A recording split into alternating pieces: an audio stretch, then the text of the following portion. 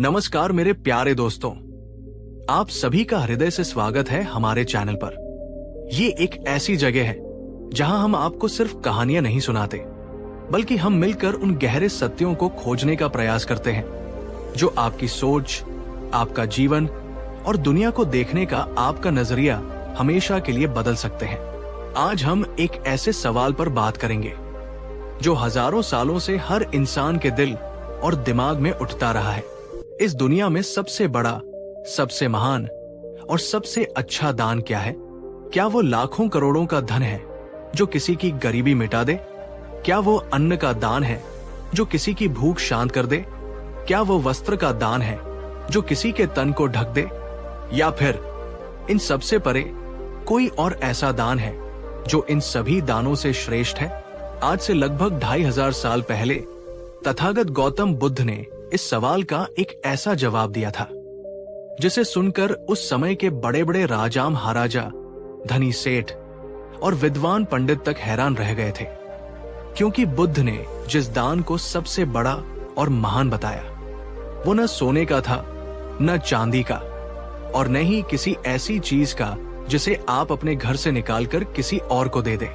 तो अगर आप भी ये जानने के लिए उत्सुक हैं कि वो कौन सा दान है जो मनुष्य को सबसे अधिक पुण्य और आत्मसंतुष्टि दे सकता है, तो इस वीडियो को अंत तक पूरे ध्यान और पूरे हृदय से जरूर देखिएगा।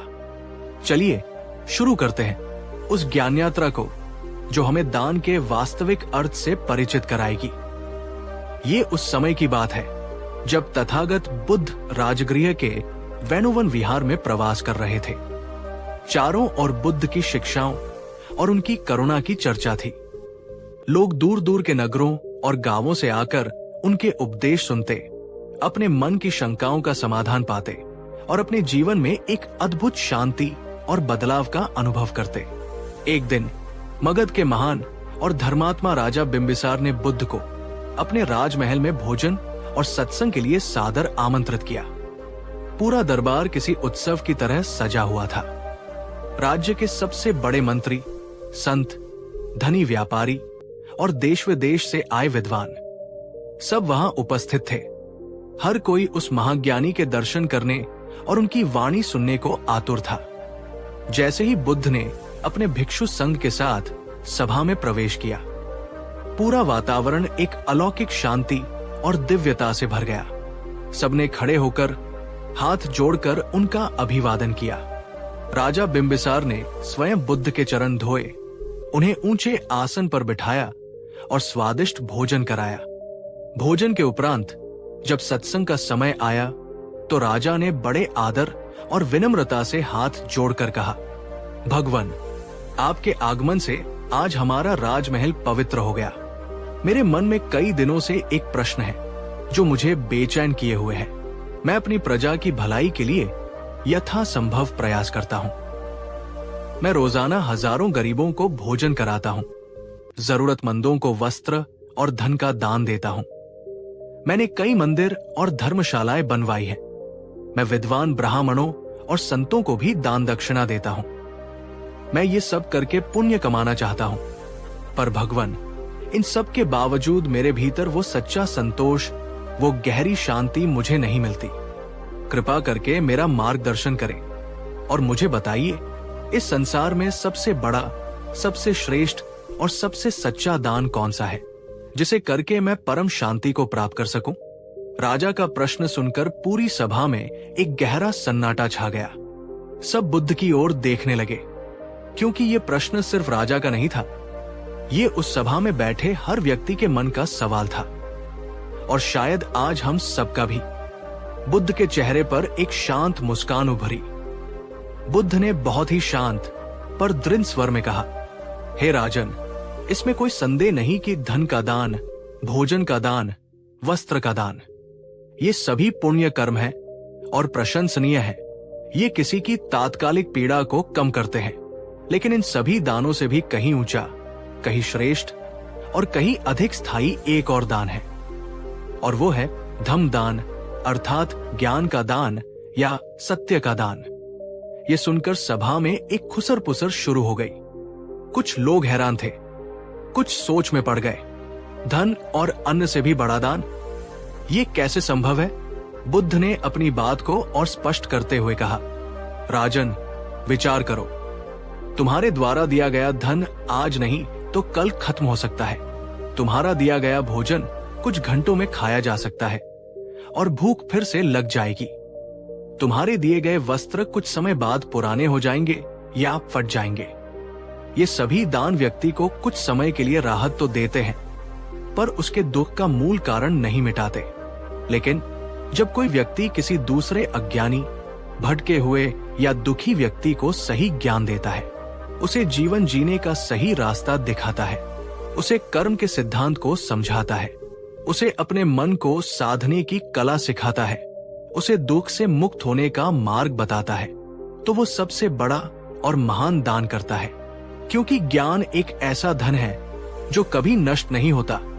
ये एक ऐसा भोजन है जो आत्मा की भूख को हमेशा के लिए मिटा देता है। ये एक ऐसा प्रकाश है जो न केवल इस जीवन में बल्कि आने वाले जीवन तक उसका मार्ग आलोकित करता रहता है। राजा बिंबिसार बुद्ध के इन गहन शब्दों को सुनकर सोच में पड़ गए।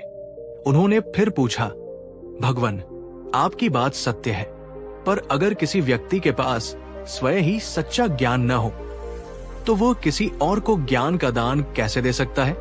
बुद्ध की मुस्कान और गहरी हो गई। तुम्हारा प्रश्न बहुत उत्तम है राजन।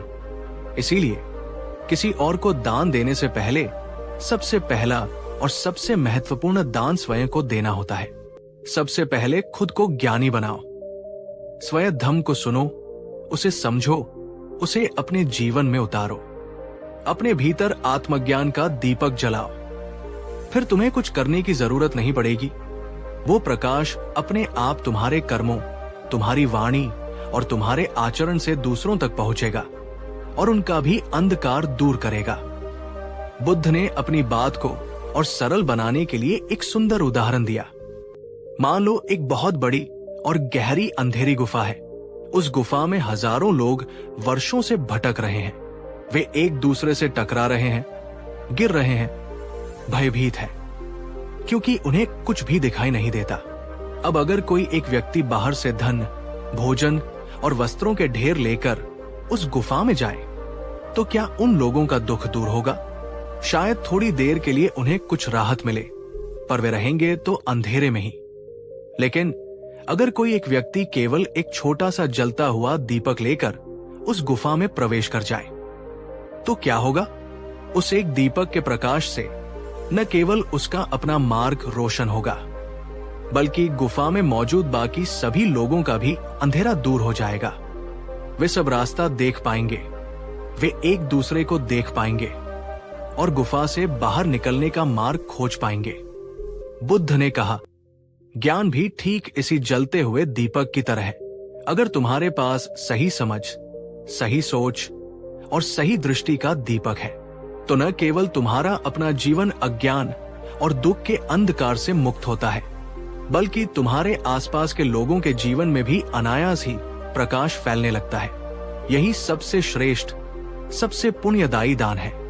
बुद्ध ने राजा बिंबिसार को दान के स्वरूप को और विस्तार से समझाया। उन्होंने कहा, दान के मुख्यतः 3 प्रकार होते हैं। आमिष दान, इसमें भोजन, वस्त्र, धन, आश्रय, औषधि जैसी भौतिक वस्तुओं का दान आता है। बुद्ध ने कहा कि ये दान आवश्यक है और पुण्यदायी है, क्योंकि ये किसी की शारीरिक पीड़ा और तात्कालिक जरूरतों को पूरा करता है।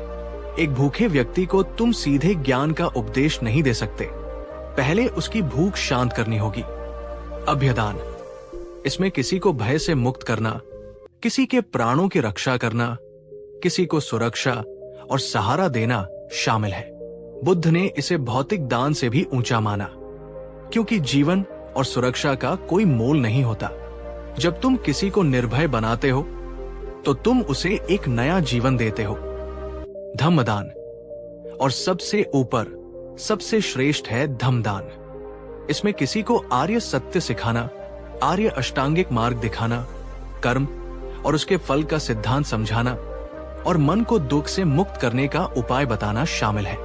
ये दान सबसे ऊंचा और सबसे स्थायी इसलिए है क्योंकि ये व्यक्ति को केवल बाहरी दुखों से नहीं बल्कि आंतरिक दुखों, लोभ, द्वेष, मोह, अज्ञान से भी हमेशा के लिए मुक्त होने की क्षमता प्रदान करता है। बुद्ध कहते हैं, जो व्यक्ति अज्ञान में जी रहा है वो जीवन भर दुखी और भयभीत रहेगा, चाहे उसके पास कुबेर का धन ही क्यों न हो। लेकिन जो व्यक्ति ज्ञानवान है, जिसके पास प्रज्ञा का प्रकाश है, वो बड़ी से बड़ी कठिनाई में भी शांत और प्रसन्न रहेगा। इसलिए ज्ञान का दान ही सभी दानों में अग्रगण्य है। बुद्ध की उस सभा में एक कोने में एक युवा भी बैठा था। उसका नाम था सुभूति। सुभूति बहुत ही निर्धन था। उसके पास न रहने को अच्छा घर था, न पहनने को अच्छे वस्त्र, और दान देने के लिए तो एक पैसा भी नहीं था। जब उसने बुद्ध से सबसे बड़े दान के बारे में सुना तो वो पहले तो बहुत प्रसन्न हुआ, पर फिर दुखी हो गया। वो मन ही मन सोचने लगा, भगवान की बात तो सत्य है, ज्ञान ही सबसे बड़ा दान है, पर मेरे पास तो स्वयं ही कुछ नहीं है। मैं तो किसी की मदद भी नहीं कर सकता, न मैं अन्न दान कर सकता हूं, न धन दान, और मेरे पास तो कोई विशेष ज्ञान भी नहीं है जो मैं किसी को दे सकूं। तो क्या मैं जीवन में कभी सबसे बड़ा पुण्य कमा ही नहीं पाऊंगा? बुद्ध, जो सबके मन की बात जान लेते थे, उन्होंने सुभूति के मन की इस पीड़ा को भी समझ लिया। प्रवचन के बाद बुद्ध ने उसे अपने पास बुलाया और स्नेह से कहा, सुभूति, तुम्हारे मन में जो चल रहा है मैं उसे जानता हूं।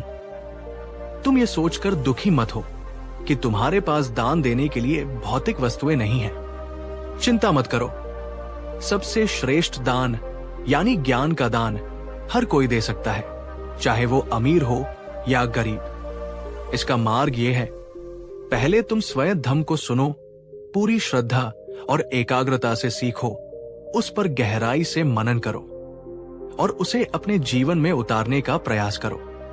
जब तुम स्वयं ज्ञान से प्रकाशित हो जाओगे तो तुम्हारे पास बांटने के लिए सबसे कीमती खजाना होगा। सुभूति ने बुद्ध की बात को गांठ बांध लिया। उसने अपना पूरा जीवन धम्म को सीखने और अभ्यास करने में लगा दिया। वो रोज बुद्ध के उपदेश सुनता, घंटों ध्यान करता और अपनी हर सांस को सजगता से जीने का प्रयास करता। धीरे धीरे उसकी समझ इतनी गहरी होती गई कि वो स्वयं एक महान ज्ञानी बन गया। कई साल बाद सुभूति का नाम बुद्ध के सबसे प्रज्ञावान और महान शिष्यों में लिया जाने लगा। अब लोग उसके पास अपनी समस्याएं लेकर आते, अपने दुख सुनाते और सुभूति उन्हें बुद्ध की वही अनमोल शिक्षाएं, वही ज्ञान अत्यंत सरल और प्रेमपूर्ण भाषा में समझाता। उसने अपने जीवन में कभी किसी को एक पैसा दान नहीं दिया, पर उसने हजारों लाखों लोगों को दुख से मुक्ति का मार्ग दिखाकर उन्हें ज्ञान का जो दान दिया उसका कोई मोल नहीं था। उसने खुद कुछ नहीं लिया, बस ज्ञान बांट दिया, और यही उसका सबसे बड़ा, सबसे महान और सबसे अमर दान था। अंत में बुद्ध ने राजा बिंबिसार और पूरी सभा को दान का अंतिम रहस्य बताया। उन्होंने कहा, राजन, कोई भी दान तभी सच्चा और पुण्यदायी होता है जब उसके पीछे सच्ची करुणा और मैत्री का भाव हो, अहंकार या दिखावे का नहीं। अगर तुम ये सोचकर दान करते हो कि मैं दाता हूं, मैं बड़ा हूं और दान लेने वाला छोटा है, अगर तुम दान करके बदले में प्रशंसा, सम्मान या पुण्य फल की अपेक्षा रखते हो, तो वो दान नहीं, एक सौदा है, एक दिखावा है। वो तुम्हारे अहंकार को ही पोषित करेगा। लेकिन अगर तुम सच्चे मन से, बिना किसी अपेक्षा के, सामने वाले के दुख को अपना दुख समझकर करुणा से प्रेरित होकर उसकी मदद करते हो, उसे ज्ञान बांटते हो या उसे सही रास्ता दिखाते हो, तो वो दान अमर हो जाता है। वही सच्चा पुण्य है। बुद्ध ने यह भी कहा, याद रखना, सबसे पहले खुद को बदलो, खुद को जानो। सबसे पहला और सबसे जरूरी दान स्वयं को दो, आत्मज्ञान का दान, आत्म सुधार का दान। क्योंकि जब तक तुम्हारा अपना दीपक ही नहीं जलेगा, तुम दूसरों के जीवन में प्रकाश कैसे फैला सकते हो? दोस्तों, अब मैं आपसे पूछना चाहता हूं, इस कहानी को सुनने के बाद क्या आपको लगता है कि आपने भी कभी अपने जीवन में ज्ञान का दान किया है? क्या आपने कभी अपने किसी मित्र को, अपने किसी भाई बहन को या अपने बच्चों को कोई ऐसी अच्छी सलाह दी है जिससे उनका जीवन बेहतर हुआ हो? क्या आपने कभी किसी भटके हुए को सही और गलत का फर्क समझाया है? क्या आपने कभी किसी निराश व्यक्ति को आशा की कोई बात बताई है? अगर हाँ, तो आपने भी अनजाने में ही सही, बुद्ध के अनुसार सबसे श्रेष्ठ दान किया है। और अगर नहीं, तो आज से ये संकल्प लीजिए, निरंतर सीखते रहो, खुद को बेहतर बनाते रहो, और जब भी सही समय और अवसर आए तो अपने ज्ञान और अपनी समझ को दूसरों के साथ भी साझा करो। अगर आपको ये कहानी, बुद्ध की ये गहरी शिक्षा और दान का ये वास्तविक अर्थ पसंद आया हो, तो कृपया इस वीडियो को अपना स्नेह दीजिए और इसे लाइक जरूर करें। नीचे कमेंट में लिखिए, ज्ञान सबसे बड़ा दान है, और इस वीडियो को अपने दोस्तों, अपने परिवार और अपने सोशल मीडिया पर शेयर करें, ताकि ज्यादा से ज्यादा लोग ये जान सकें कि असली दान क्या है और वे भी इस पुण्य के भागी बन सके। याद रखिए, धन का दान आपको कुछ समय के लिए सुख दे सकता है, लेकिन ज्ञान का दान आपको और दूसरों को हमेशा के लिए दुख से मुक्त कर सकता है। पिछले भाग में आपने सुना और समझा कि कैसे गौतम बुद्ध ने धन, अन्न और वस्त्र के दान से भी कहीं ऊंचा ज्ञान के दान को सबसे बड़ा और सबसे महान दान बताया था। लेकिन क्या आप जानते हैं, बुद्ध का ज्ञान एक अथाह महासागर है। उन्होंने सिर्फ ज्ञान के दान को ही नहीं, बल्कि कई और ऐसे अद्भुत और शक्तिशाली दानों का भी जिक्र किया था, जो इंसान के केवल पुण्य खाते को ही नहीं भरते, बल्कि उसके चरित्र, उसकी आत्मा और उसके पूरे जीवन को रूपांतरित कर सकते हैं।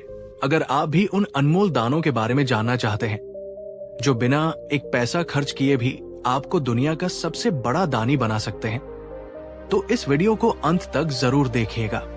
तो चलिए, बिना किसी देरी के दान की इस गहरी यात्रा के अगले पड़ाव पर चलते हैं। बुद्ध की नजर में 5 सबसे महान दान। गौतम बुद्ध ने जीवन में दान के कई रूपों और उनके महत्व को समझाया। उन्होंने सिखाया कि सच्चा दान केवल वस्तु देने तक सीमित नहीं है, बल्कि ये एक भाव है, एक चेतना की अवस्था है। हर दान का अपना महत्व है, लेकिन कुछ दान ऐसे हैं जो इंसान को साधारण से असाधारण और मनुष्य से महामनुष्य की श्रेणी में ले जाते हैं। आइए जानते हैं बुद्ध के अनुसार वे 5 अद्भुत और महान दान, जिन्हें पंचमहादान भी कहा गया है। 1. अभय दान। बुद्ध कहते हैं, संसार का सबसे बड़ा दुख है भय। मृत्यु का भय, बीमारी का भय, अपमान का भय, खोने का भय। जब तुम किसी को इस भय से मुक्त करते हो, तो तुम उसे सबसे बड़ा उपहार देते हो। ये कैसे करें?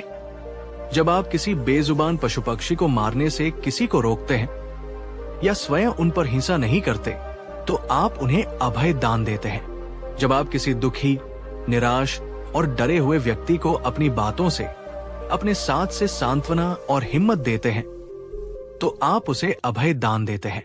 जब आप किसी को अन्याय से बचाते हैं, तो आप उसे अभय दान देते हैं। बुद्ध कहते हैं, जब आप किसी को डर से बाहर निकालते हैं, तो आप उसे सिर्फ एक वस्तु नहीं, बल्कि जीने का साहस देते हैं।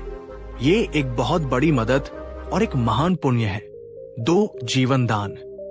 ये अभय दान का ही एक और गहरा रूप है। किसी के जीवन की रक्षा करना या किसी को जीवन देना। ये कैसे करे?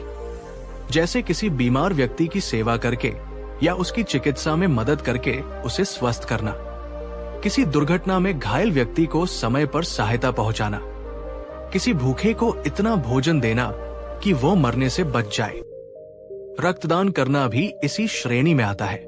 बुद्ध के अनुसार जीवन से बढ़कर कोई उपहार नहीं है, इसलिए जीवन देना या जीवन बचाना सबसे महान पुण्यों में से एक है। 3. ज्ञान दान। जैसा कि हमने पिछले भाग में विस्तार से सुना था, ये सर्वोच्च दान है। ये कैसे करे? किसी को केवल किताबी ज्ञान देना नहीं, बल्कि उसे सही सोच, सही समझ और जीवन जीने का सही मार्गदर्शन देना।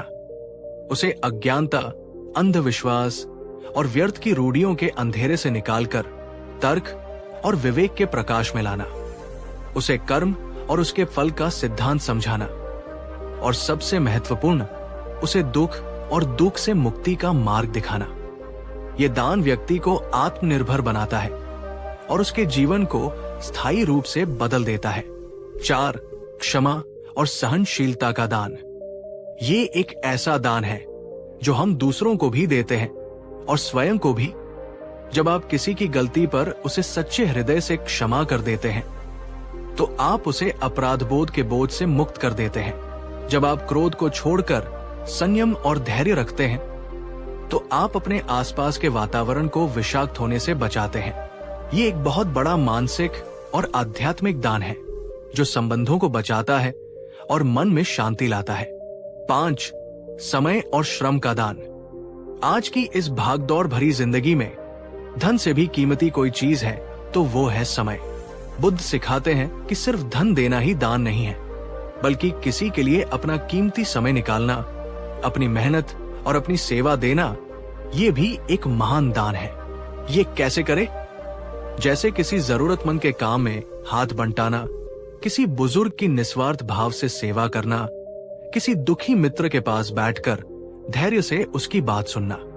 समय का दान अमूल्य है, क्योंकि जो समय एक बार चला गया वो कभी वापस नहीं आता। जब आप किसी को अपना समय देते हैं तो आप उसे अपने जीवन का एक हिस्सा देते हैं। बुद्ध कहते हैं, दान सिर्फ चीजों का लेन देन नहीं होता। जब आप किसी के लिए अपना हृदय, अपना समय, अपनी करुणा और अपना ज्ञान देते हैं, तब असली दान होता है, जो देने वाले और लेने वाले दोनों को पवित्र करता है। बुद्ध की शिक्षाओं को और गहराई से समझने के लिए मैं आपको एक बहुत ही मार्मिक कहानी सुनाता हूं। यह कहानी है एक छोटे से बालक की, जिसके पास देने के लिए कुछ भी नहीं था, पर फिर भी वो बुद्ध की नजर में सबसे बड़ा दानी बन गया। एक गांव में एक बहुत ही गरीब बालक रहता था। उसका नाम था अंशु। अंशु अनाथ था। उसके पास न तो अच्छे कपड़े थे, न पैरों में जूते, और न ही पेट भरने के लिए रोजाना ठीक से भोजन मिलता था।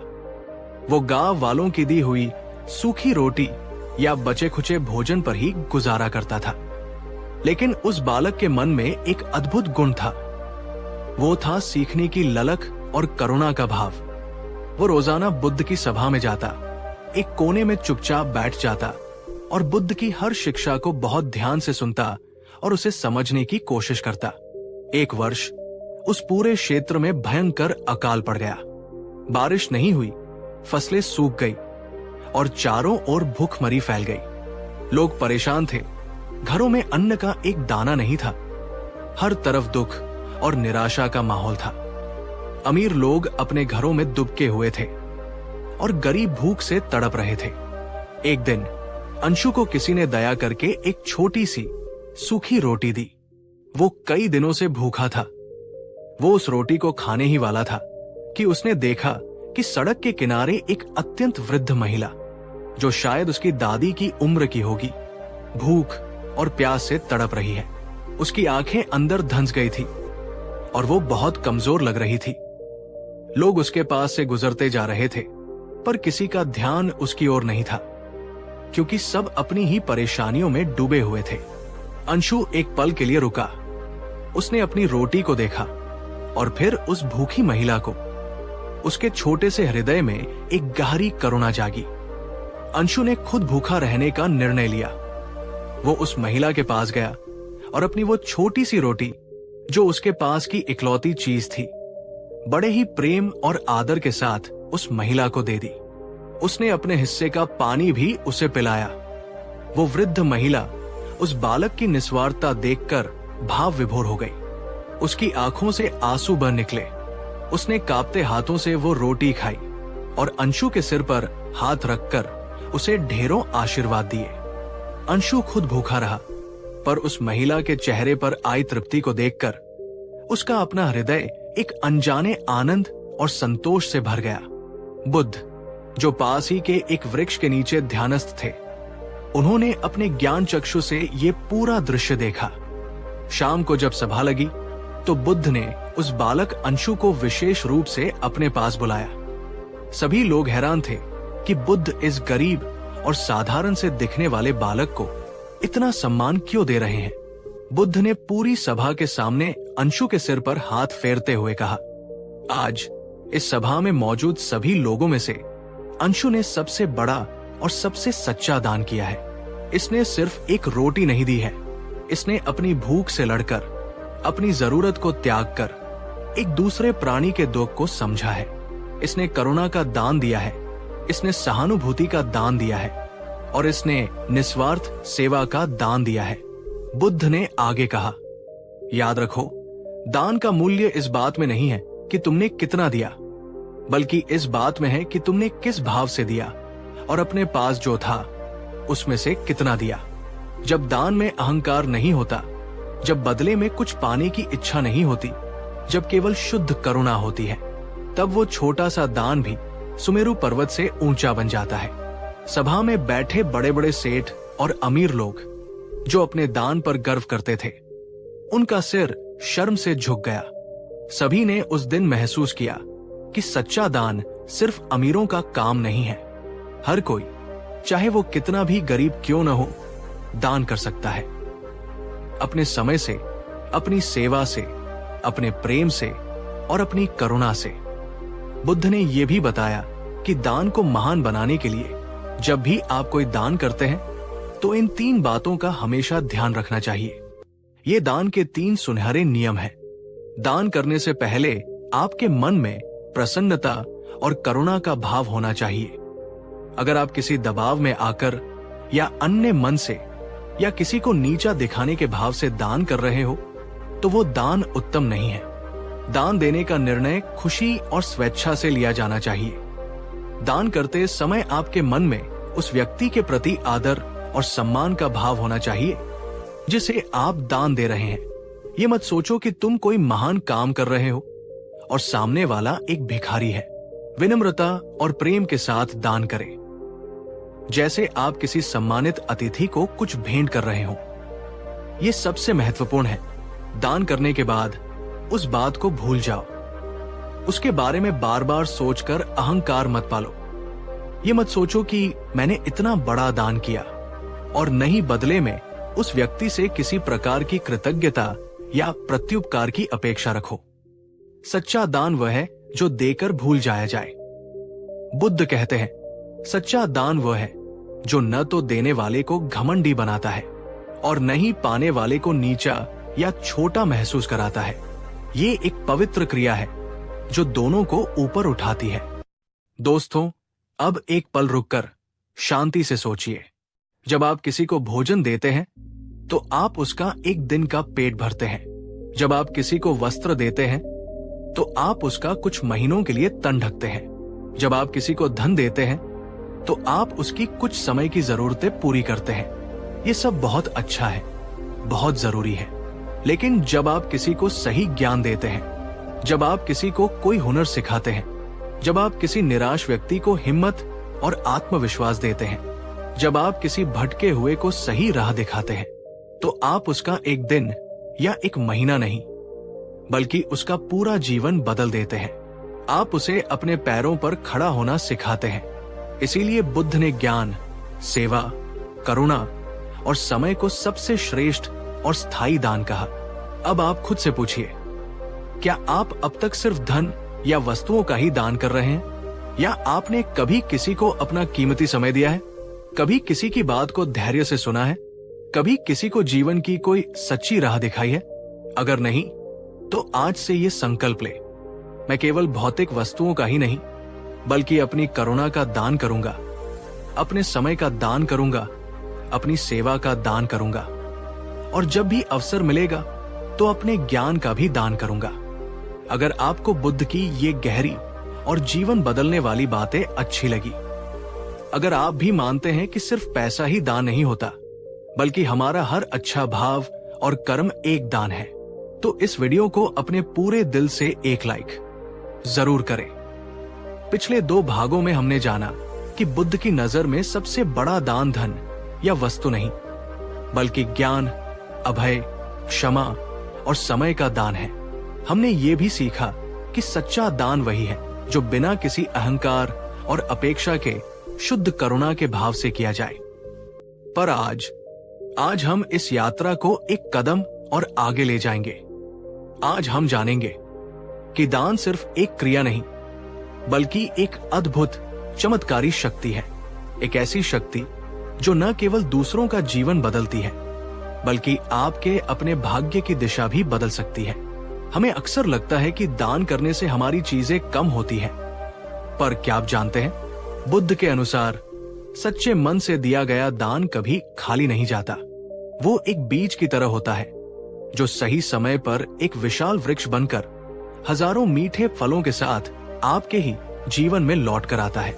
अगर आप भी दान के इस चमत्कारी और रहस्यमयी पहलू को समझना चाहते हैं और एक ऐसी सच्ची कहानी सुनना चाहते हैं जिसे सुनकर शायद आपके रोंगटे खड़े हो जाएं, तो इस वीडियो को पूरा और बहुत ध्यान से देखिएगा। तो चलिए सुनते हैं श्रावस्ती नगरी की वो अनसुनी और सच्ची घटना। कई साल पहले बुद्ध के समय में श्रावस्ती नगरी में एक बहुत बड़ा और समृद्ध व्यापारी रहता था। उसका नाम था सुकरण। सुकरण के पास धन दौलत, मान सम्मान सब कुछ था, पर वो दूसरे अमीर व्यापारियों की तरह नहीं था। उसके मन में रत्ती भर भी घमंड नहीं था। वो अत्यंत विनम्र, दयालु और धर्मप्रिय व्यक्ति था। उसने बुद्ध की शिक्षाओं को अपने जीवन में गहराई से उतारा था और उसे ये अटूट विश्वास था कि दान करना और दूसरों की सेवा करना ही मनुष्य जीवन का सबसे बड़ा कर्तव्य और सबसे बड़ा सुख है। उसका एक नियम था, हर पूर्णिमा के दिन और हर विशेष अवसर पर सुकरण अपने महल के दरवाजे सभी जरूरतमंदों के लिए खोल देता था। वो भूखों को प्रेम से भोजन कराता, नंगे बदन वालों को वस्त्र बांटता और जो भी जरूरतमंद उसकी शरण में आता उसकी हर संभव मदद करता। उसकी कीर्ति चारों ओर फैली हुई थी। एक दिन जब सुकरण दान कर रहा था तो भीड़ में से एक अत्यंत दीनहीन अंधी वृद्ध महिला धीरे धीरे उसकी ओर आई।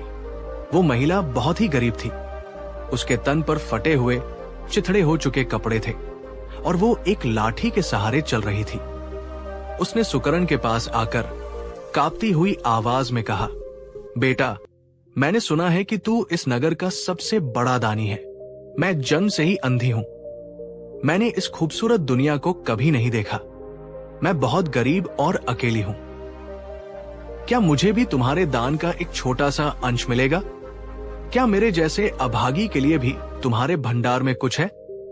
उसकी आवाज में इतनी पीड़ा और इतनी निराशा थी कि सुनने वालों का भी दिल पसीज जाए। सुकरण ने उस महिला की आवाज सुनी और वो तुरंत अपना काम छोड़कर उसके पास आया। उसने बड़े ही आदर और प्रेम से उस महिला के पैर छुए और उसे सहारा देकर एक स्वच्छ आसन पर बिठाया। सुकरण मुस्कुराया। उसकी आंखों में सच्ची करुणा थी। उसने उस महिला से कहा, मां, तुम मेरे पास आई, ये मेरा सौभाग्य है। तुमने मेरे पास आकर मुझे सेवा का, पुण्य कमाने का सबसे बड़ा अवसर दिया है। तुम्हें जो चाहिए वो सब मिलेगा। सुकरण ने न सिर्फ उसे नए वस्त्र दिए, भरपेट भोजन कराया और जीवन यापन के लिए स्वर्ण मुद्राएं दी, बल्कि उसने उससे भी बड़ा काम किया। उसने उस महिला से कहा, मां, मैं तुम्हारी आंखों का इलाज करवाऊंगा। उसने राज्य के सबसे बड़े वैद्य को बुलाया और उस वृद्ध महिला की आंखों के इलाज का सारा प्रबंध अपने खर्चे पर किया। वैद्य की महीनों की मेहनत और सुकरण की निस्वार्थ सेवा रंग लाई।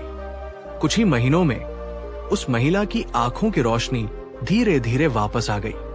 वर्षों बाद जब उसने पहली बार इस दुनिया को देखा तो उसकी खुशी का ठिकाना नहीं रहा। उसकी आंखों से कृतज्ञता के आंसू बह रहे थे।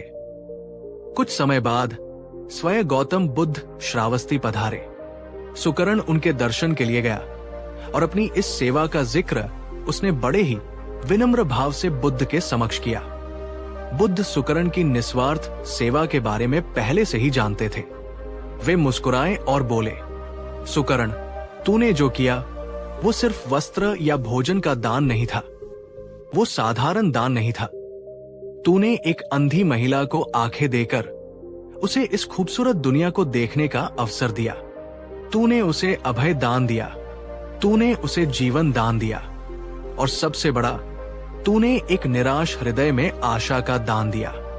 सभा में बैठे लोग हैरान थे कि बुद्ध इस घटना को इतना महत्व क्यों दे रहे हैं। बुद्ध ने आगे कहा, जब तुम किसी को उसकी खोई हुई आशा लौटाते हो, जब तुम किसी के जीवन को निराशा के अंधकार से निकालकर संभावनाओं के प्रकाश में लाते हो, वो सबसे ऊंचा, सबसे पवित्र दान है।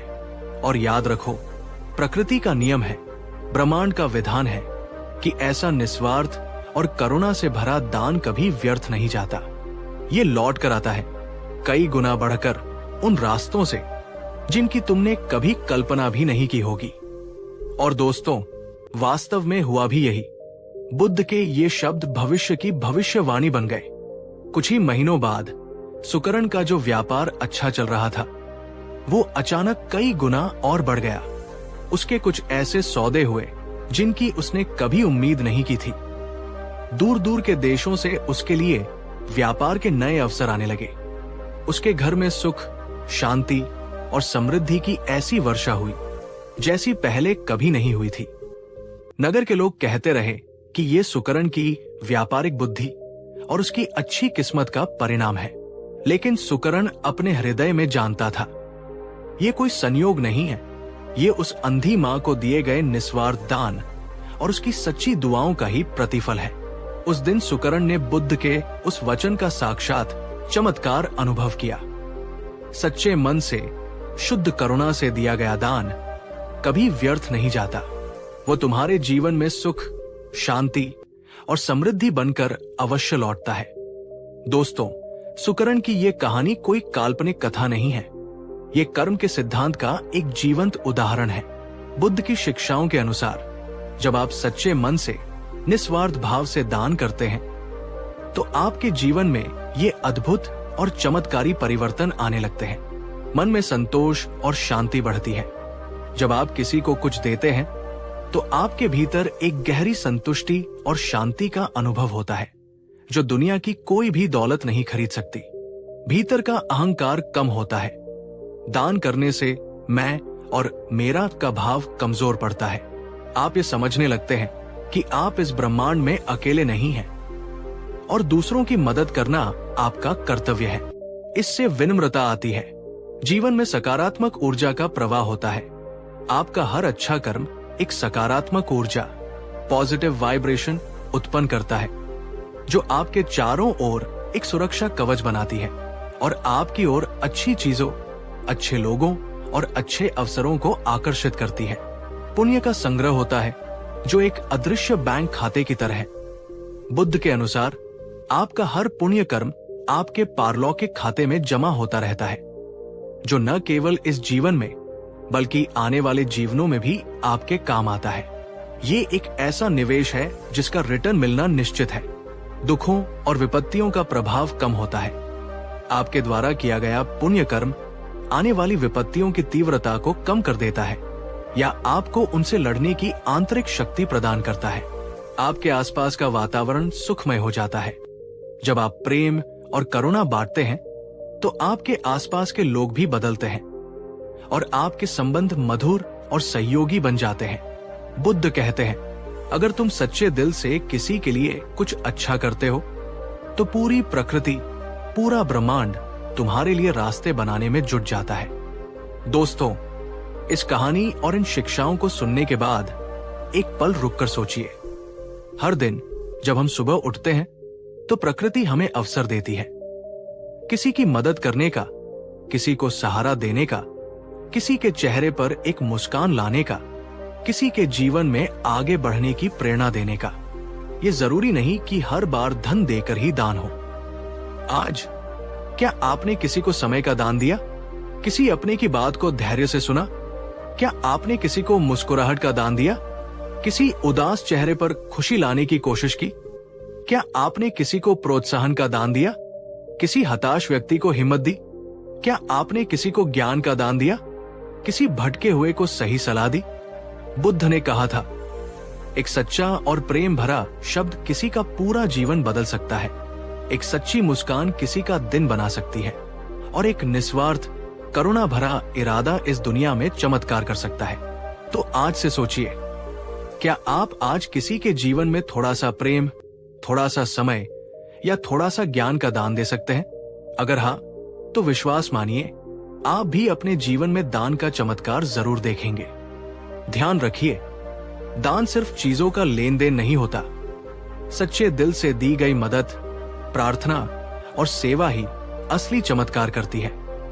पिछले 3 भागों में हमने दान के कई अद्भुत रूपों को जाना। हमने सुकरण जैसे व्यापारी की कहानी सुनी, जिसने अपने निस्वार्थ दान से चमत्कार देखे। हमने ये भी समझा कि बुद्ध की नजर में धन और वस्तु से कहीं बढ़कर ज्ञान, अभय और क्षमा का दान है। लेकिन कई बार जब हम दान की बात सुनते हैं तो हमारे मन में एक सवाल उठता है, मेरे पास तो धन नहीं है, मैं तो स्वयं एक साधारण या गरीब इंसान हूं, तो मैं क्या दान कर सकता हूं? क्या पुण्य कमाना सिर्फ अमीरों का ही काम है?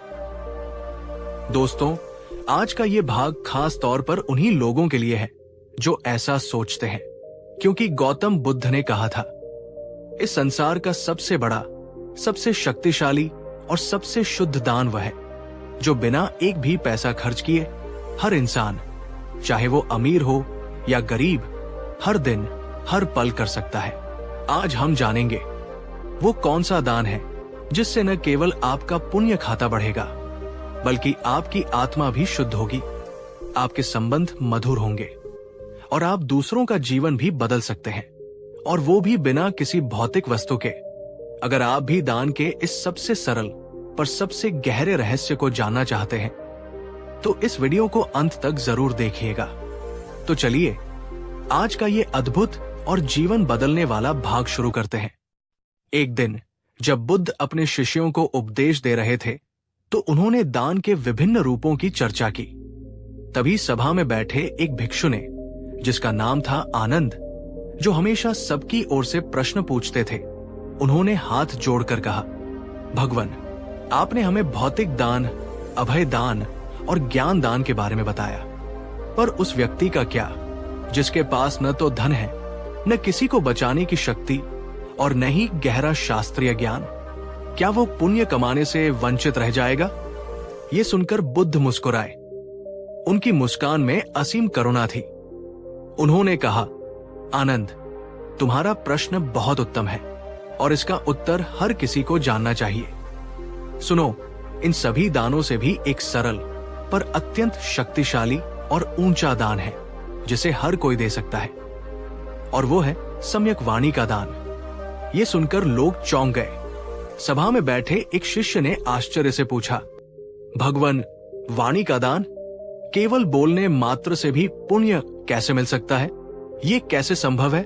बुद्ध ने अपनी शांत और मधुर वाणी में समझाया, बिल्कुल, जब तुम अपने शब्दों से किसी निराश और टूटे हुए व्यक्ति को सांत्वना और हिम्मत देते हो तो तुम उसे आशा का दान देते हो। जब तुम अपनी वाणी से 2 लोगों के बीच की गलतफहमी को दूर करके उनमें सुलह कराते हो तो तुम उन्हें शांति का दान देते हो। जब तुम किसी बच्चे की सच्ची प्रशंसा करके उसके अंदर आत्मविश्वास जगाते हो तो तुम उसे भविष्य का दान देते हो। उन्होंने आगे कहा, सोचो, तुम्हारे अपने ही शब्द हैं जो किसी के हृदय में बाण की तरह चुभ सकते हैं, उसे दिनों महीनों तक पीड़ा दे सकते हैं। कभी किसी को डांटकर, गुस्से से या कड़वी भाषा का प्रयोग करके हम अनजाने में ही उसके मन को, उसकी आत्मा को तोड़ देते हैं। ये वाणी का दुरुपयोग है, ये एक पाप कर्म है। लेकिन वही शब्द अगर प्रेम, करुणा, सम्मान और समझ से बोले जाएं, तो वे किसी के लिए अमृत बन सकते हैं, किसी के घावों पर मरहम बन सकते हैं और किसी का पूरा जीवन बदल सकते हैं। बुद्ध ने कहा, इसलिए अपने शब्दों का सही और कुशल तरीके से इस्तेमाल करना इस दुनिया के सबसे बड़े और सबसे सुलभ दानों में से एक है।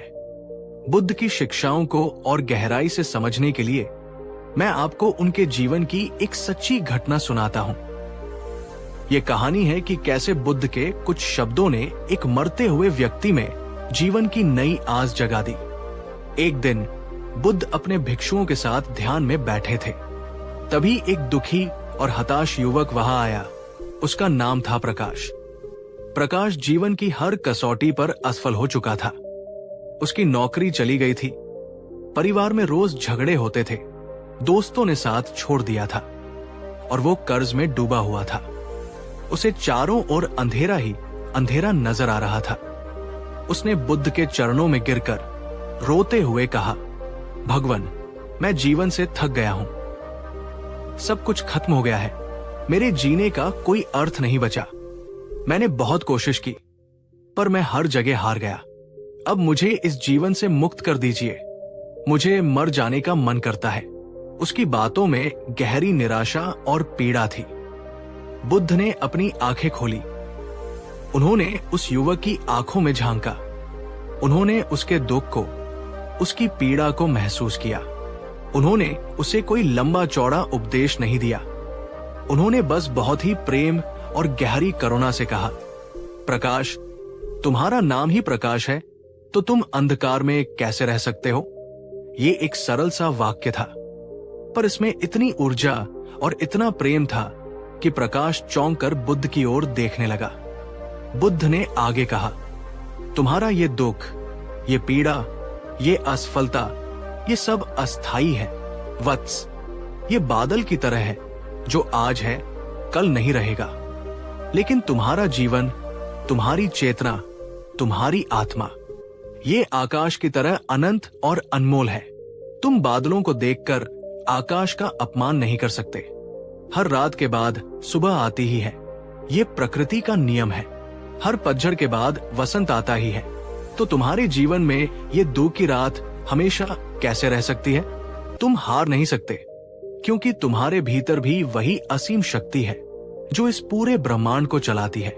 तुम उस शक्ति का एक अंश हो। बुद्ध के ये शब्द सुनकर प्रकाश की आंखों से आंसू तो आ गए, लेकिन इस बार वे आंसू दुख या निराशा के नहीं थे। वे कृतज्ञता और एक नई आशा के आंसू थे। पहली बार किसी ने उसे उसकी कीमत समझाई थी, उसकी आंतरिक शक्ति का एहसास कराया था। उस दिन प्रकाश ने आत्महत्या का विचार त्याग दिया। उसने बुद्ध से एक नया संकल्प लिया। उसने जीवन में नए सिरे से संघर्ष किया और बुद्ध के उन शब्दों को हमेशा अपने हृदय में रखा। कुछ ही महीनों में उसकी परिस्थितियां बदलने लगी और कुछ वर्षों में वो न केवल एक सफल व्यक्ति बना, बल्कि वो खुद भी दूसरे निराश लोगों को अपनी बातों से, अपने अनुभव से सहारा देने लगा। बुद्ध ने उस दिन सिद्ध कर दिया था कि शब्द बाण भी बन सकते हैं और अमृत भी। तुम्हारे शब्द किसी को तोड़ भी सकते हैं और किसी के टूटे हुए जीवन में नई ऊर्जा भी भर सकते हैं। वाणी का ये दान सबसे बड़ा और सबसे पवित्र पुण्य है। दोस्तों, प्रकाश की ये कहानी हमें सिखाती है कि हम सब में दूसरों का जीवन बदलने की शक्ति है और इसके लिए हमें अमीर होने की जरूरत नहीं है। बुद्ध की शिक्षाओं के अनुसार हर इंसान, चाहे वो किसी भी स्थिति में हो, ये 5 अद्भुत दान रोज कर सकता है।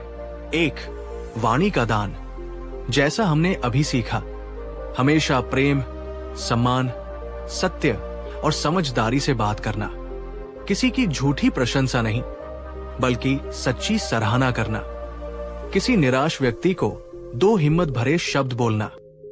ये सबसे सरल और सबसे शक्तिशाली दान है। 2. मुस्कान का दान। क्या आप जानते हैं, आपकी एक सच्ची और निस्वार्थ मुस्कान किसी परेशान और दुखी व्यक्ति के लिए दवा का काम कर सकती है। जब आप किसी को देखकर सच्चे दिल से मुस्कुराते हैं, तो आप उसे ये संदेश देते हैं कि तुम अकेले नहीं हो, सब ठीक हो जाएगा। ये दान कुछ ही सेकंड लेता है, पर इसका असर घंटों तक रह सकता है। 3. समय का दान। आज की इस भागदौड़ भरी दुनिया में समय ही सबसे कीमती वस्तु है। जब आप अपने फोन को एक तरफ रखकर किसी दुखी, अकेले या किसी बुजुर्ग व्यक्ति को अपना कीमती समय देते हैं, उसकी बातों को सुनते हैं, तो ये लाखों रुपए के दान से भी बढ़कर है। ये बिना पैसे के सबसे मूल्यवान मदद है। 4. सुनने का दान। आज हर कोई बोलना चाहता है, पर सुनना कोई नहीं चाहता।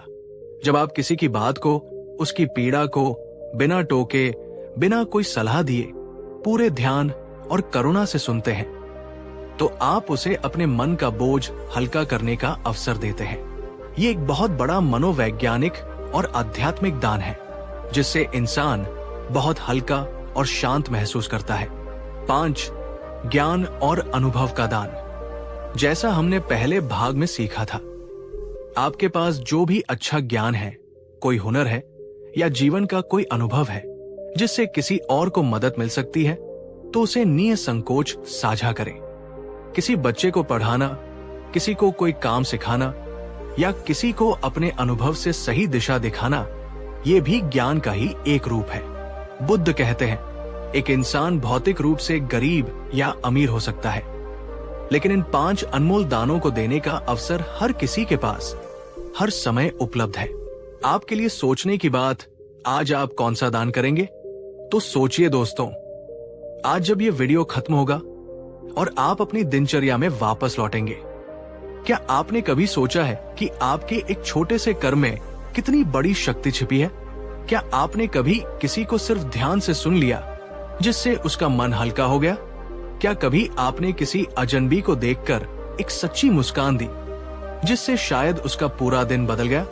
अगर नहीं, तो आज से ही इसकी शुरुआत करें। याद रखिए, छोटे छोटे दानों से ही जीवन में बड़े पुण्य का सागर भरता है और धीरे धीरे वही पुण्य आपकी अपनी जीवन की दिशा को एक सकारात्मक मोड़ दे देता है। बुद्ध ने कहा था, इस संसार का सबसे बड़ा दान किसी के दुख को कम करना है, और कभी कभी वो दुख सिर्फ एक अच्छा शब्द सुनने से, एक सच्ची मुस्कान देखने से या किसी के द्वारा अपनी बात को समझे जाने से ही दूर हो जाता है। याद रखिए, एक सही शब्द सही समय पर दिया गया किसी का पूरा जीवन बदल सकता है, और यही वाणी का और यही मानवता का सच्चा दान है। पिछले 4 भागों में हमने दान के कई अद्भुत और शक्तिशाली रूपों को समझा। हमने जाना कि धन से बड़ा ज्ञान का दान है, और बिना पैसा खर्च किए भी हम वाणी, समय और मुस्कान का दान करके महान पुण्य कमा सकते हैं। पर आज हम उस अंतिम रहस्य से पर्दा उठाएंगे जो दान की पराकाष्ठा है। आज हम बात करेंगे दान के उस सबसे गुप्त, सबसे शुद्ध और सबसे शक्तिशाली स्वरूप की, जिसे बुद्ध ने अपने केवल बहुत ही करीबी और परिपक्व शिष्यों को ही बताया था। क्योंकि हर कोई उस गहरी सच्चाई को समझने और पचाने के लिए तैयार नहीं होता। लेकिन अगर आप तैयार हैं, अगर आप अपने जीवन में सबसे बड़ा पुण्य, सबसे ऊंची शांति और सबसे सच्चा दान करने का रहस्य जानना चाहते हैं, तो इस वीडियो को अपनी पूरी चेतना के साथ अंत तक जरूर देखिएगा। तो चलिए जानते हैं दान का वो गुप्त रहस्य जो आपके पुण्य करने के तरीके को हमेशा के लिए बदल सकता है। एक दिन जब शाम ढल रही थी और वातावरण में एक गहरी शांति थी, बुद्ध अपने कुछ चुनिंदा और सबसे उन्नत शिष्यों के साथ एकांत में ध्यान कर रहे थे। ये वे शिष्य थे जिनका मन अब सांसारिक शोर से ऊपर उठ चुका था।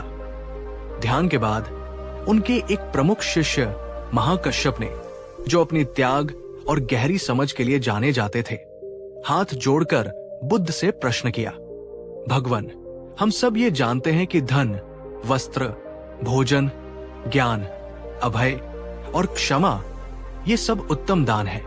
आपने हमें इन सब के महत्व को समझाया है, लेकिन भगवान, मैंने आपके मुख से ये भी सुना है कि एक दान ऐसा भी है जो इन सब से भी अधिक सूक्ष्म, सबसे अधिक शक्तिशाली और गुप्त होता है। वो दान जो करने वाले को अहंकार के हर बंधन से मुक्त कर देता है। कृपा करके हमें उस परम दान के बारे में बताएं। वो कौन सा है? ये सुनकर बुद्ध की आंखों में एक विशेष चमक आ गई। वे मुस्कुराए और बोले, महाकश्यप, तुम्हारा प्रश्न बहुत गहरा है और इसका उत्तर भी उतना ही गहरा है। सुनो, वो सबसे ऊंचा और सबसे शुद्ध दान है, अनाम दान या गुप्त दान। गुप्त दान यानी ऐसा दान जो इतनी खामोशी और इतने निस्वार्थ भाव से किया जाए कि उसके बारे में किसी को पता न चले। ऐसा दान जिसका उद्देश्य सिर्फ और सिर्फ दूसरे का भला करना हो, न कि अपनी प्रसिद्धि पाना, न पुण्य कमाना और न ही स्वर्ग की कामना करना। सभा में एक गहरा सन्नाटा छा गया। ये एक बिल्कुल नई और क्रांतिकारी बात थी। बुद्ध ने अपनी बात को और स्पष्ट करते हुए कहा, जब तुम किसी की मदद इस प्रकार करो कि जिसे मदद मिली है वो भी ये न जान पाए कि ये सहायता तुमने की है, तो वही सच्चा और परम गुप्त दान है। जब तुम्हारा बायां हाथ दान दे तो तुम्हारे दाएं हाथ को भी खबर न हो। जब तुम किसी के अंधेरे जीवन में चुपके से एक दीपक जलाकर चले आओ और कोई ये न जाने कि ये दीपक किसने जलाया, तब वो दान तुम्हारी आत्मा को सबसे ज्यादा शुद्ध करता है और तुम्हारे भीतर परम शांति और निर्लिप्त आनंद को जन्म देता है। बुद्ध की इस गहरी शिक्षा को समझने के लिए मैं आपको उनके ही समय की एक सच्ची और अद्भुत घटना सुनाता हूं। यह कहानी है एक साधारण से साधक मेघनाद की। मेघनाद कोई राजा या धनी व्यापारी नहीं था। वो एक बहुत ही साधारण इंसान था। उसके पास ज्यादा धन दौलत नहीं थी, लेकिन उसका मन बहुत निर्मल और करुणा से भरा हुआ था। वो बुद्ध की शिक्षाओं का मौन होकर पालन करता था। वो रोजाना ध्यान करता और जब भी वह किसी जरूरतमंद, दुखी या पीड़ित व्यक्ति को देखता तो वो चुपचाप बिना किसी को बताए उसकी मदद करने का कोई न कोई तरीका ढूंढ लेता था। कभी वो रात के अंधेरे में किसी भूखे परिवार के दरवाजे के बाहर अनाज की एक छोटी सी पोटली रखा था। कभी वो ठंड से कांपते किसी गरीब के घर के बाहर एक पुराना पर साफ कंबल छोड़ आता। कभी वो किसी सूखे हुए कुएं में चुपचाप कई घड़े पानी भराता ताकि सुबह गांव वालों को पानी मिल सके। कभी वो किसी मंदिर में जाकर बिना अपना नाम बताए चुपचाप सो दीपक जला आता ताकि वहां प्रकाश रहे। वो ये सब इतनी खामोशी से करता था कि किसी को कानों कान खबर नहीं होती थी। लोग अक्सर सोचते थे कि ये कोई चमत्कार है या कोई देवता उनकी मदद कर रहा है, लेकिन कोई ये नहीं जानता था कि ये सब उस साधारण से दिखने वाले मेघनाद का काम है। एक दिन जब बुद्ध अपने ध्यान में थे तो उन्होंने अपने ज्ञान चक्षु से देखा कि स्वर्ग में देवतागण भी मेघनाद के इन गुप्त दानों की चर्चा कर रहे हैं और उसकी प्रशंसा कर रहे हैं। बुद्ध ने एक दिन मेघनाद को एकांत में बुलाया और कहा, मेघनाद, तुम जो ये गुप्त सेवा और गुप्त दान कर रहे हो, ये इस युग का सबसे महान पुण्य कर्म है। तुमने दान का सच्चा रहस्य जान लिया है। वह दान जिसमें न तो कर्ता का अहंकार होता है, न पाने वाले का संकोच और न ही देखने वाले की प्रशंसा, जिसमें होती है तो सिर्फ शुद्ध और निस्वार्थ करुणा। ऐसा दान न केवल उस व्यक्ति का जीवन बदलता है जिसकी तुम मदद कर रहे हो, बल्कि ये तुम्हारे अपने चित्त को, तुम्हारी आत्मा को हर दिन हर पल शुद्ध करता है और तुम्हें निर्वाण के मार्ग पर बहुत तेजी से आगे ले जाता है। मेघनाद की आंखों में कृतज्ञता के आंसू आ गए। उसे ये जानकर संतोष हुआ कि उसका मौन प्रयास व्यर्थ नहीं जा रहा। दोस्तों, बुद्ध की नजर में गुप्त दान के 3 सबसे बड़े और गहरे लाभ होते हैं जो साधारण दान से नहीं मिलते। 1, अहंकार का पूर्णतः नाश होता है। जब आप कोई दान करते हैं और उसकी घोषणा कर देते हैं या सोशल मीडिया पर फोटो डालते हैं तो कहीं न कहीं आपके भीतर का अहंकार पोषित होता है। आपको अच्छा लगता है कि लोग आपकी प्रशंसा करें, लेकिन गुप्त दान में चूंकि कोई देखने वाला नहीं होता, कोई प्रशंसा करने वाला नहीं होता, इसलिए अहंकार को पनपने का अवसर ही नहीं मिलता। ये अहंकार को जड़ से मिटाने का सबसे शक्तिशाली अभ्यास है। 2, आत्मा को परम शांति और आनंद मिलता है। जब आप बिना किसी अपेक्षा के चुपचाप किसी की मदद करते हैं तो आपके भीतर एक ऐसी गहरी, शुद्ध और सात्विक खुशी का अनुभव होता है जो शब्दों में बयां नहीं की जा सकती। ये आनंद किसी प्रशंसा या सम्मान से मिलने वाले सुख से करोड़ों गुना ज्यादा गहरा और स्थायी होता है। ये आत्मा का भोजन है। 3, कर्मों का सबसे तीव्र शुद्धिकरण होता है। बुद्ध के अनुसार गुप्त रूप से किया गया पुण्य कर्म सबसे अधिक शक्तिशाली होता है। चूंकि इसमें कोई स्वार्थ, कोई दिखावा शामिल नहीं होता, इसलिए ये सीधे आपके कर्मों के खाते को शुद्ध करता है। ये आपके जीवन के बुरे कर्मों के प्रभाव को बहुत तेजी से कम करता है और आपके पुण्य को कई गुना बढ़ा देता है। बुद्ध ने कहा, अगर तुम किसी की मदद करो और वो व्यक्ति ये जान भी न पाए कि उसकी मदद किसने की है, तभी वो दान परमात्मा की नजर में सबसे ऊंचा और सबसे स्वीकार्य कहलाता है। दोस्तों, अब आप सोच रहे होंगे कि आज के इस दिखावे के युग में हम गुप्त दान कैसे कर सकते हैं। यहाँ कुछ बहुत ही सरल और व्यावहारिक उपाय हैं जिन्हें आप आज से ही अपना सकते हैं। किसी गरीब बच्चे की स्कूल की फीस या किताबों का खर्चा स्कूल में जाकर चुपचाप जमा करा दे, बिना अपना नाम बताए। किसी जरूरतमंद परिवार के घर पर राशन या जरूरी सामान चुपचाप रखाएं। किसी सार्वजनिक प्याऊ पर या अस्पताल में पानी की व्यवस्था करें, पर अपना नाम कहीं न लिखवाएं। किसी गौशाला, अनाथ आश्रम या वृद्धाश्रम में ऑनलाइन या ऑफलाइन दान करें, लेकिन दानदाता के रूप में अपना नाम, अनाम या एक शुभ चिंतक लिखवाएं। किसी दुखी और परेशान इंसान को एक गुमनाम पत्र या संदेश भेजकर उसे हिम्मत दें और बताएं कि वो अकेला नहीं है। सबसे महत्वपूर्ण, किसी के लिए चुपचाप प्रार्थना करें, उसके भले की कामना करें। यह भी एक बहुत शक्तिशाली गुप्त दान है। याद रखो, बुद्ध ने कहा था, दान करो ऐसे कि जैसे तुम्हारा बाया हाथ भी ये न जान पाए कि तुम्हारा दाया हाथ क्या दे रहा है। दोस्तों, आज के इस सोशल मीडिया के युग में हम एक छोटी सी मदद भी करते हैं तो उसकी 10 तस्वीरें खींचकर दुनिया को दिखाते हैं।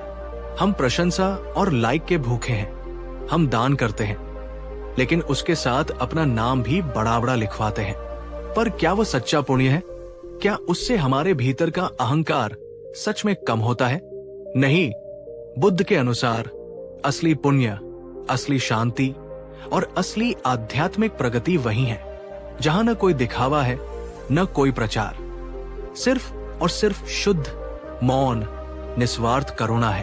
अब आप सोचिए, क्या आप सच्चे मन से बिना किसी को बताए, बिना कोई श्रेय लिए किसी की मदद कर सकते हैं? अगर हाँ, तो आप बुद्ध द्वारा बताए गए दान के सर्वोच्च शिखर पर पहुंचने की क्षमता रखते हैं।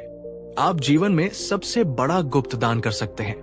याद रखिए, गुप्त दान न केवल सामने वाले का जीवन संवारता है, बल्कि वो आपके भीतर की आत्मा को इस तरह निर्मल और शक्तिशाली बनाता है जैसा कोई और अभ्यास नहीं कर सकता।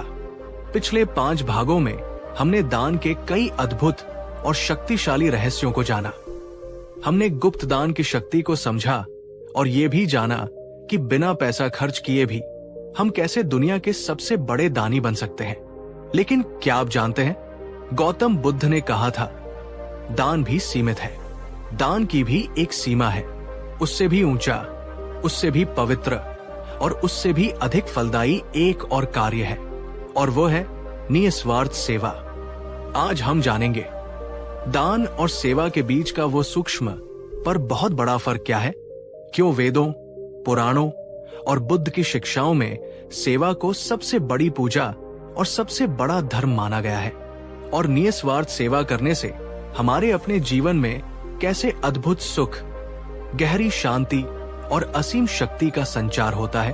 अगर आप भी पुण्य और धर्म के इस सर्वोच्च शिखर को छूना चाहते हैं तो इस वीडियो को पूरा और बहुत ध्यान से देखिएगा। तो चलिए आज उस सबसे गहरे रहस्य को जानते हैं जो दान से भी परे है। एक दिन बुद्ध अपने शिष्यों को संबोधित कर रहे थे। उन्होंने दान के महत्व पर बहुत कुछ कहा।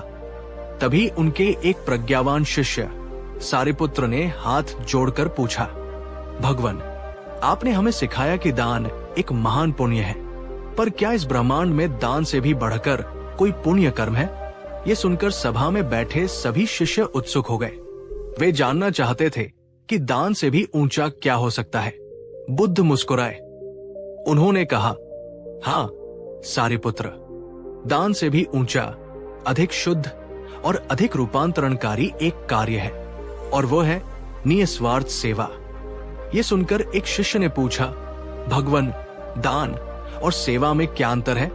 दोनों में हम दूसरों की मदद ही तो करते हैं। बुद्ध ने बहुत ही सरल पर गहरे शब्दों में समझाया। दान करना सरल है, लेकिन निस्वार्थ सेवा करना कठिन है, और इसीलिए वो अधिक श्रेष्ठ है। दान में हम अपने पास जो अतिरिक्त है या जो हम दे सकते हैं, वो वस्तु देते हैं, जैसे भोजन, वस्त्र, ज्ञान या धन। इसमें मैं देने वाला और वह लेने वाला का भाव बना रहता है।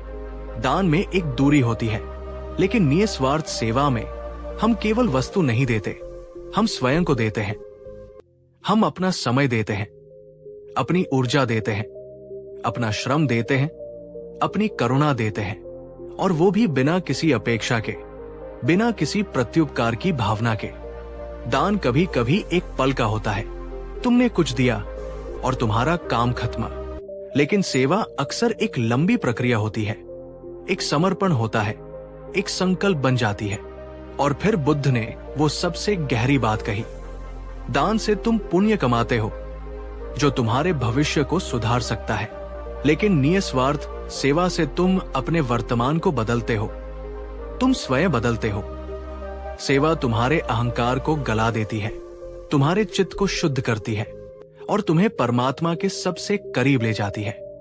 बुद्ध की इस गहरी शिक्षा को समझने के लिए मैं आपको उनके ही समय की एक सच्ची और हृदय को झकझोर देने वाली घटना सुनाता हूं।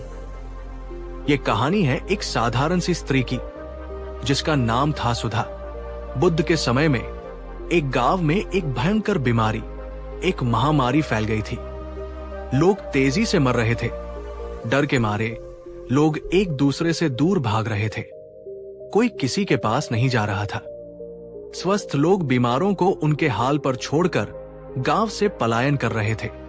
हर तरफ भय, पीड़ा और मृत्यु का तांडव था। उसी गांव में सुधा नाम की एक विधवा स्त्री रहती थी।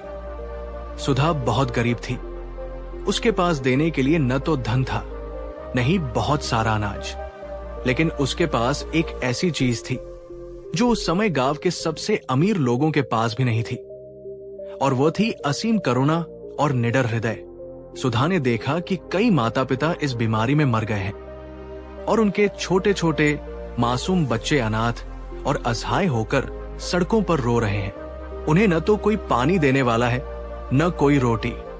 ये देखकर सुधा का हृदय द्रवित हो उठा। उसने अपने जीवन का सबसे बड़ा और सबसे साहसी निर्णय लिया।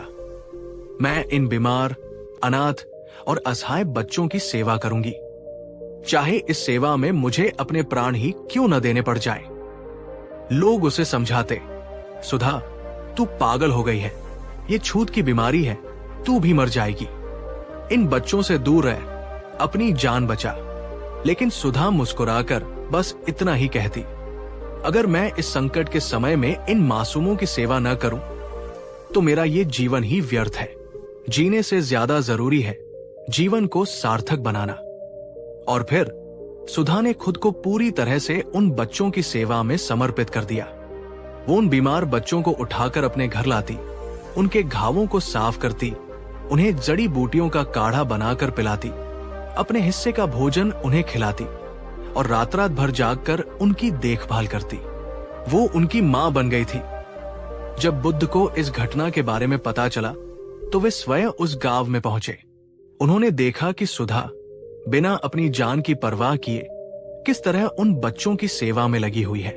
बुद्ध ने सुधा को अपने पास बुलाया और पूरी सभा के सामने उसके सिर पर अपना वरद हस्त रखते हुए आशीर्वाद दिया। उन्होंने कहा, सुधा, आज तूने इस संसार का सबसे बड़ा धर्म निभाया है। ये दान से भी कई गुना बड़ा सेवा का धर्म है। तूने सिर्फ चीजें नहीं दी, तूने अपना जीवन दिया, अपना समय दिया, अपना हृदय दिया और अपना सर्वस्व समर्पित कर दिया। बुद्ध ने आगे कहा, ऐसी सेवा जो बिना किसी नाम की इच्छा के, बिना किसी स्वार्थ के और बिना किसी भय के की जाती है, वही सबसे बड़ा यज्ञ है, वही सबसे बड़ी पूजा है और वही सबसे बड़ा पुण्य है। उस दिन सभी ने समझा कि जब करुणा कर्म में बदलती है तो वो सेवा बन जाती है और वही सेवा मानवता का सर्वोच्च शिखर है।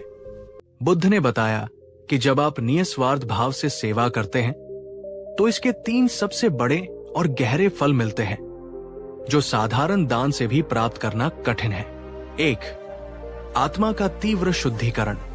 जब आप किसी की पीड़ा को दूर करने के लिए शारीरिक श्रम करते हैं, किसी के गंदे घाव साफ करते हैं या किसी की निस्वार्थ देखभाल करते हैं, तो आपका अहंकार गलने लगता है। मैं और मेरा का भाव मिटने लगता है। आप ये समझने लगते हैं कि सभी प्राणी एक ही चेतना का हिस्सा है। सेवा करते करते आपका चित्त दर्पण की तरह निर्मल हो जाता है। 2. मन में अपार और स्थायी शांति आती है। सेवा करने से आपके भीतर का संघर्ष समाप्त होता है। जब आप दूसरों के दुखों को कम करने में लग जाते हैं, तो आप अपने छोटे मोटे दुखों को भूल जाते हैं।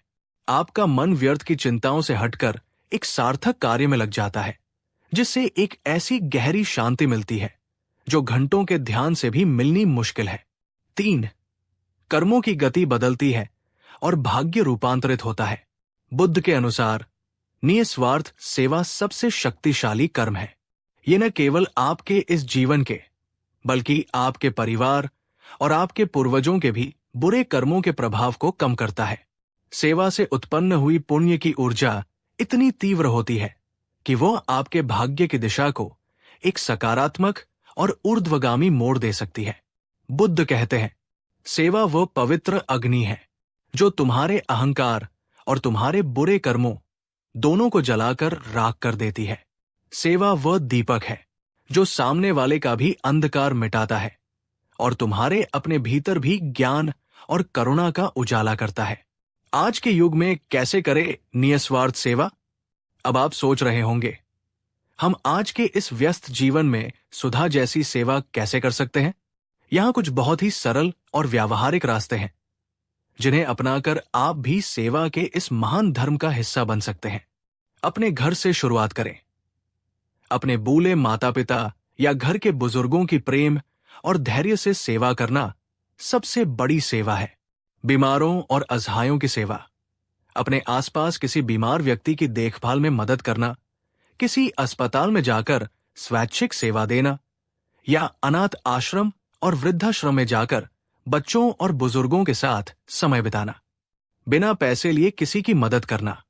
अगर आपके पास कोई हुनर है, जैसे पढ़ाना, कंप्यूटर ठीक करना या कोई और कला, तो किसी जरूरतमंद को वो सेवा मुफ्त में प्रदान करना। पर्यावरण और पशुओं की सेवा। पेड़ पौधे लगाना और उनकी देखभाल करना, बेजुबान पशु पक्षियों के लिए भोजन पानी की व्यवस्था करना, ये भी प्रकृति की निस्वार्थ सेवा है। सबसे महत्वपूर्ण, जब कोई भावनात्मक रूप से टूटा हुआ हो, दुखी हो, तो उसके साथ बस खड़े रहना, उसका सहारा बनना और उसे ये महसूस कराना कि वो अकेला नहीं है, ये भी एक बहुत बड़ी सेवा है। याद रखिए, सेवा वही है जिसमें आपका कोई स्वार्थ, कोई प्रचार की इच्छा और कोई बदले की अपेक्षा कुछ भी न हो। जब सेवा में सिर्फ शुद्ध करुणा हो। दोस्तों, अब एक पल रुककर अपने भीतर झांकिए और खुद से पूछिए, आप जो भी अच्छे काम कर रहे हैं, क्या वह दान की श्रेणी में आता है या सेवा की? क्या आप सिर्फ अपनी अतिरिक्त वस्तुएं देकर संतुष्ट हो जाते हैं, या आप अपना समय, अपनी ऊर्जा और अपना हृदय भी किसी के लिए समर्पित करते हैं? अगर आप अब तक सिर्फ दान ही कर रहे थे, तो ये बहुत अच्छी बात है, पर आज से एक कदम और आगे बढ़ने का संकल्प लें। अपने जीवन में सेवा के लिए थोड़ा सा स्थान बनाएं। बुद्ध ने कहा था, सेवा करना दान देने से भी ऊंचा धर्म है, क्योंकि दान करने वाला दानी कहलाता है, पर सेवा करने वाला स्वयं भगवान का रूप बन जाता है। याद रखिए, दान से आपको पुण्य मिलता है, लेकिन निस्वार्थ सेवा से आपकी आत्मा का कल्याण होता है, और यही मानव जीवन का परम लक्ष्य है। आज हम एक बहुत ही महत्वपूर्ण और शायद हम सबके मन में उठने वाले एक प्रश्न पर बात करेंगे। दान और सेवा से जुड़े उन अदृश्य चमत्कारों के बारे में जो हमें तुरंत दिखाई नहीं देते। आपने भी कई बार ये सोचा होगा, मैंने तो हमेशा सबका भला किया, मैंने दान दिया, मैंने निस्वार्थ सेवा की, लेकिन बदले में मुझे क्या मिला? मेरे जीवन में तो दुख और परेशानियां कम ही नहीं होती। दोस्तों, अगर आपके मन में भी ये सवाल कभी उठा है, तो आज का ये वीडियो आपके लिए ही है, क्योंकि स्वयं तथागत गौतम बुद्ध कहते हैं, पुण्य का फल एक पकते हुए आम की तरह होता है। वो कभी एक रात में नहीं पकता।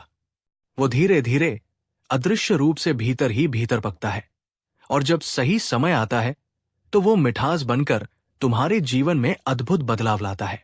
अगर आप भी ये जानना चाहते हैं कि कैसे आपकी की हुई सेवा और आपका दिया हुआ दान एक अदृश्य शक्ति बनकर आपकी रक्षा करता है और आपके जीवन में चमत्कार करता है, तो इस वीडियो को पूरे ध्यान से, पूरे हृदय से देखिएगा।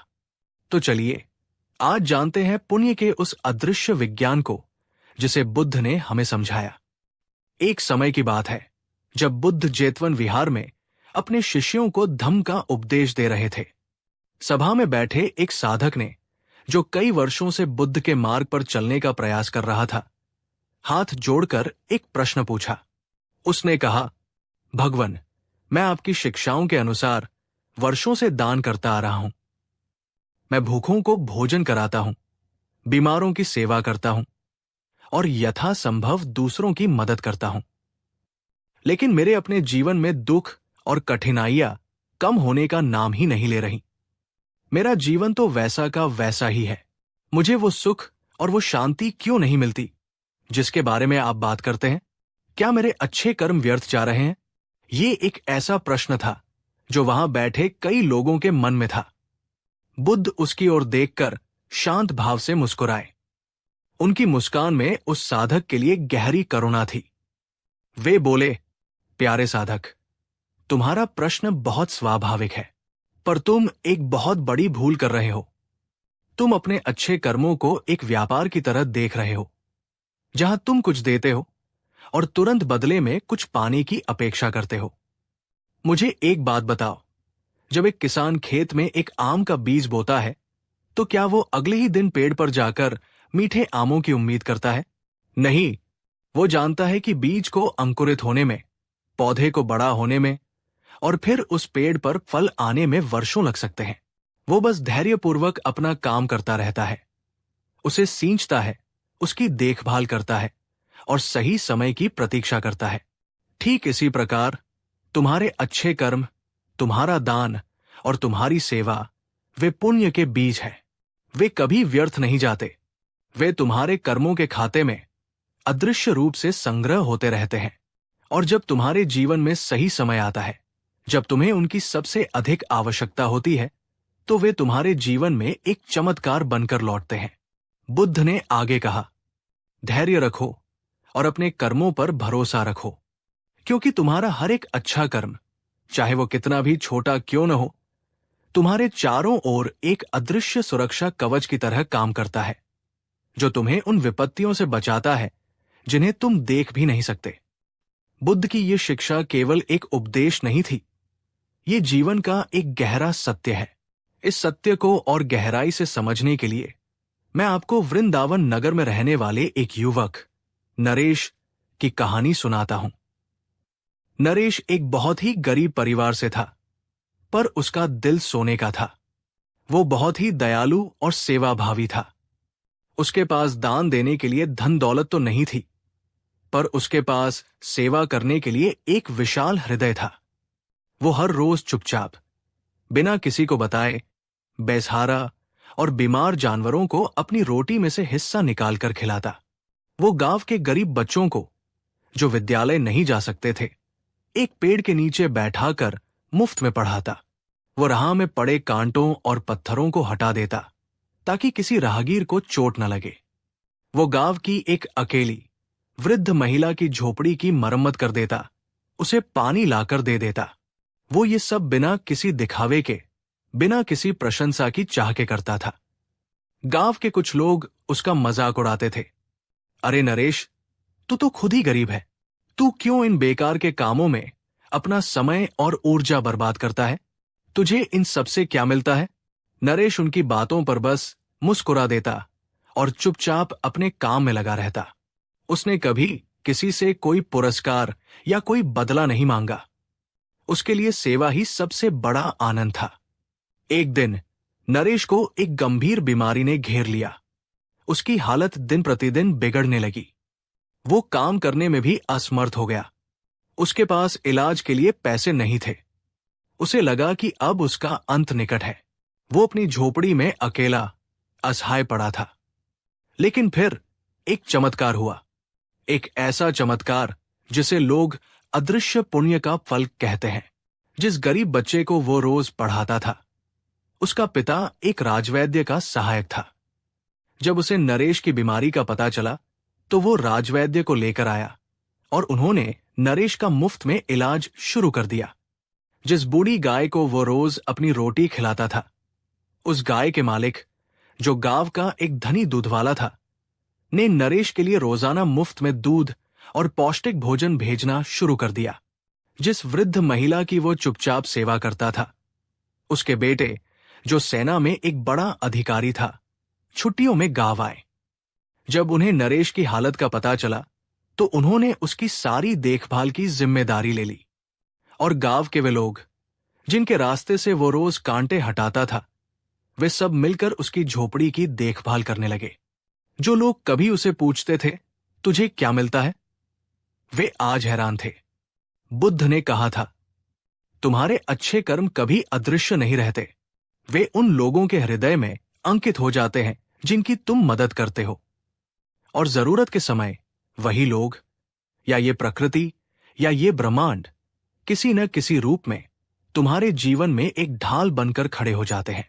नरेश कुछ ही समय में पूरी तरह स्वस्थ हो गया। उसका जीवन पूरी तरह से बदल गया था। उसे किसी से कुछ मांगना नहीं पड़ा। उसकी मदद के लिए पूरा गांव खड़ा हो गया था। तब उसे एहसास हुआ कि उसकी हर छोटी से छोटी सेवा, हर छोटा सा दान, उसके लिए एक अदृश्य पुण्य का बैंक खाता खोल रहा था, जिसका ब्याज उसे तब मिला जब उसे उसकी सबसे ज्यादा जरूरत थी। दोस्तों, नरेश की कहानी हमें सिखाती है कि हमारे अच्छे कर्मों का फल हमें कई अदृश्य रूपों में मिलता है, जिन्हें हम अक्सर पहचान नहीं पाते। बुद्ध ने बताया कि हर अच्छा कर्म, हर निस्वार्थ सेवा, हर सच्चा दान हमारे जीवन में कई तरह से काम करता है। एक अदृश्य सुरक्षा कवच बनाता है। आपके अच्छे कर्म एक ऐसी सकारात्मक ऊर्जा का निर्माण करते हैं जो आपके चारों ओर एक कवच की तरह काम करती है। यह आपको उन बहुत सी नकारात्मक घटनाओं और तीयों से बचाती है जिनका आपको कभी पता भी नहीं चलता। 2. संकट के समय अप्रत्याशित मदद मिलती है। जैसा नरेश के साथ हुआ, जब आप संकट में होते हैं तो मदद ऐसी जगहों से आ जाती है जिसकी आपने कभी कल्पना भी नहीं की होती। ये आपके ही पुण्य कर्मों का प्रतिफल होता है जो ब्रह्मांड आपको किसी न किसी के माध्यम से लौटाता है। 3. अज्ञात दुखों का टल जाना। कई बार आपके जीवन में कोई बड़ा दुख या कोई बड़ी दुर्घटना आने वाली होती है, पर आपके संचित पुण्य कर्मों के प्रभाव से या तो वो पूरी तरह टल जाती है या बहुत छोटे रूप में होकर गुजर जाती है। आपको पता भी नहीं चलता कि आप कितने बड़े संकट से बच गए। 4. आंतरिक शांति और आत्मसंतोष में वृद्धि। ये सबसे बड़ा और सबसे तुरंत मिलने वाला अदृश्य फल है। जब आप निस्वार्थ भाव से किसी की मदद करते हैं तो आपके भीतर जो शांति, जो संतोष और जो आनंद का अनुभव होता है, वो किसी भी धन दौलत से नहीं खरीदा जा सकता। 5. भविष्य और अगले जन्मों के लिए पुण्य का संचय।